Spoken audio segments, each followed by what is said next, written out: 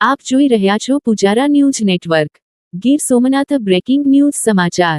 તાલાલા ગીરમાં ચાલી રહેલી જુગાર ક્લબ પર એસએમસી સ્પેશિયલ મોનિટરિંગ સેલ દ્વારા મોટી કાર્યવાહી કરવામાં આવી છે. એસએમસીએ ત્રાટકતા સ્થળ પરથી 50મી વધુ જુગારીઓને ઝડપી પાડ્યા છે. ગીર સોમનાથ જિલ્લાના તાલાલા તાલુકાના ગુંદરણ ગામના સીમ વિસ્તારમાં લાંબા સમયથી જુગાર ક્લબ ધમધમતી હોવાની માહિતીના આધારે આ દરોડો પાડવામાં આવ્યો હતો. એસએમસી દ્વારા કરવામાં આવેલી કાર્યવાહી દરમિયાન 03 ફોર વ્હીલ વાહનો, 21મી વધુ મોટરસાયકલો તેમજ લાખો રૂપિયાનું જુગાર સામગ્રી, મુદ્દામાલ કબજે કરવામાં આવ્યું છે. એસએમસી દ્વારા હાલમાં તાલાલા પોલીસ સ્ટેશન ખાતે ગુન્હો નોંધવાની તજવીજ હાથ ધરવામાં આવી છે.